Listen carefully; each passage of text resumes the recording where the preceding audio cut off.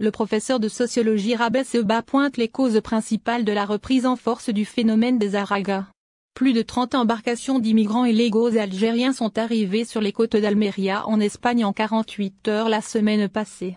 Comment expliquez-vous cette reprise inquiétante des départs des migrants? Le phénomène de la Arga est plus complexe qu'il ne l'a été il y a 10 ou 15 ans. On savait alors quel était le profil des Aragas et quelles étaient plus ou moins les raisons majeures pour lesquelles ces gens partaient. Maintenant les choses ont évolué beaucoup plus rapidement. On a quand même un repère. Comme vous le savez, on a connu une accalmie pendant 2 ou 3 mois après le début du Irak le 22 février 2019. Selon les chiffres officiels, il y avait une accalmie sérieuse. Pour répondre à votre question, dans cette recrudescence des Aragas, il y a une dimension qui est en relation avec ce qu'on pourrait appeler une baisse d'optimisme, une déception des jeunes notamment qui avaient placé un espoir dans ce mouvement citoyen. En croyant que les choses allaient changer plus ou moins vite, vous n'êtes pas sans connaître l'impatience des jeunes qui représentent la tranche d'âge la plus concernée par la Arga. Il y a aussi un vent de pessimisme sociétal qui a soufflé sur l'Algérie qui n'est pas dû au Irak, et qui a soufflé un peu plus fort sur l'Algérie ces derniers mois. Le deuxième aspect c'est l'aggravation de la crise sociétale qu'il ne faut pas uniquement réduire à la dimension économique. Les choses se sont beaucoup corsées sur le plan économique. À côté de l'exacerbation de la crise économique, dégringolade de la valeur du dinar, l'inflation, etc., il y a aussi la crise sanitaire qui a aggravé la précarisation des couches défavorisées. Et les couches dites moyennes ont été précarisées de façon plus visible depuis l'apparition de la crise sanitaire. D'autres éléments se sont surajoutés, qui existaient auparavant mais maintenant ils sont devenus beaucoup plus saillants. En l'occurrence la crise politique. Vous savez qu'il y a une incertitude politique en Algérie qui commence à se faire ressentir dans la quotidienneté. Les Algériens ne voient pas du tout le bout du tunnel. Au contraire, les choses deviennent beaucoup plus sombres. Il y a aussi un élément psychosociologique et on sent chez les Algériens une plus grande inquiétude qui n'est pas liée uniquement à l'aspect économique ou politique. Une inquiétude qui est liée à un mal-être social. Les Algériens vivent mal. Il y a la fermeture des frontières, l'absence de déplacement, les gens sont confinés chez eux, etc. Tous ces éléments rendent, comme je l'ai dit au début, l'appréhension du phénomène de la Arga beaucoup plus complexe que les stéréotypes qu'on a l'habitude d'utiliser pour le traiter. Ce sont là les facteurs qui expliquent en partie le phénomène mais comment analysez-vous les réponses qui sont données à ces aspirations exprimées?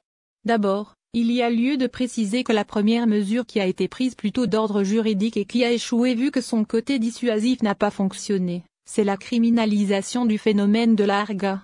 Cette mesure juridique n'a pas dissuadé. L'échec du traitement du phénomène se situe dans la méconnaissance pour ne pas dire l'ignorance du phénomène de la Arga. Le pouvoir politique ne s'est jamais donné les moyens de comprendre quelles étaient réellement les aspirations comme vous le dites, et ce qui pousse les Algériens à partir. Il y a le profil qui a changé. Ce n'est plus le Araga traditionnel, ce n'est plus le profil du jeune un peu paumé et qui a envie de changer d'air. La composante sociologique des Aragas a nettement changé. Le constat établi, quelles sont les mesures à prendre pour changer cette situation? Écoutez, il n'y a pas de secret. Le problème est d'ordre endogène, c'est-à-dire que la Arga se manifeste à l'extérieur mais elle prend sa source à l'intérieur. Il faut donc voir ce qu'il se passe et ce qu'il ne va pas bien à l'intérieur chez la population. Le profil des Aragas a changé et ne concerne pas une catégorie précise, mais on peut cibler la plus importante. Soit la catégorie d'âge située entre 20 et 30 ans à peu près, car sur le plan quantitatif ils sont les plus nombreux. Ces jeunes-là, pourquoi partent-ils? C'est une question qu'il faut se poser et se reposer. Il y a certes l'aspect matériel, ces jeunes ne travaillent pas et qui n'ont pas de loisirs etc., mais en tant qu'enseignante universitaire j'ai formé des doctorants et des diplômés en magistère et qui sont parmi ces Aragas. J'ai été sidérée d'apprendre qu'il y avait une fille parmi eux. C'est surtout à cause du manque de perspective? Voilà. Il n'y a pas de perspective. Il y a eu une tentative avec le dispositif ANSEJ remplacé par l'AD, Agence de développement de l'entrepreneuriat. Malheureusement c'est l'aspect politique qui a pris le dessus du fait qu'on a voulu acheter la paix sociale. Cela veut dire qu'à l'intérieur de la société il y a plein de choses qui vont mal.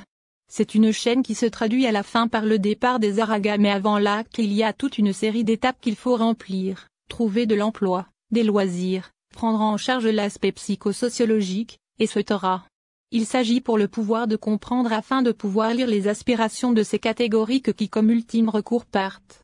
Marx disait que pour être radical il faut prendre les choses à la racine.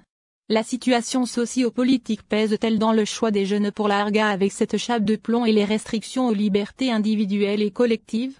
Absolument, et pas seulement pour les gens qui partent.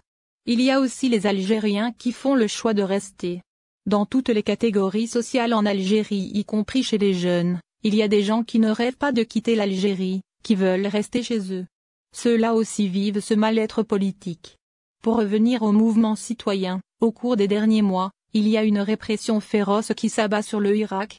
N'allons pas loin, ces 3 derniers jours, il y a eu un communiqué qui parle d'autorisation pour marcher, c'est une absurdité totale.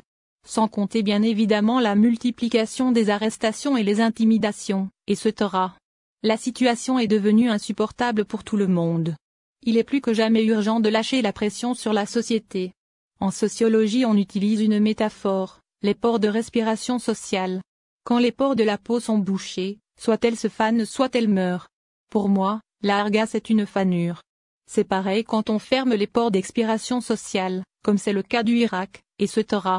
On ne peut pas demander à un pouvoir politique d'avoir tous les moyens intellectuels pour pouvoir comprendre la société, etc., mais quand certaines choses sont évidentes et qu'on refuse de les prendre en charge et de les comprendre, cela devient problématique. Les dernières élections sur la Constitution, novembre 2020, furent un flop total et absolu. Malgré cela, rebelote pour le 12 juin, élections législatives. Cela veut dire qu'on en a cure de ce que les Algériens expriment. C'est une forme d'entêtement qui mène vers l'impasse.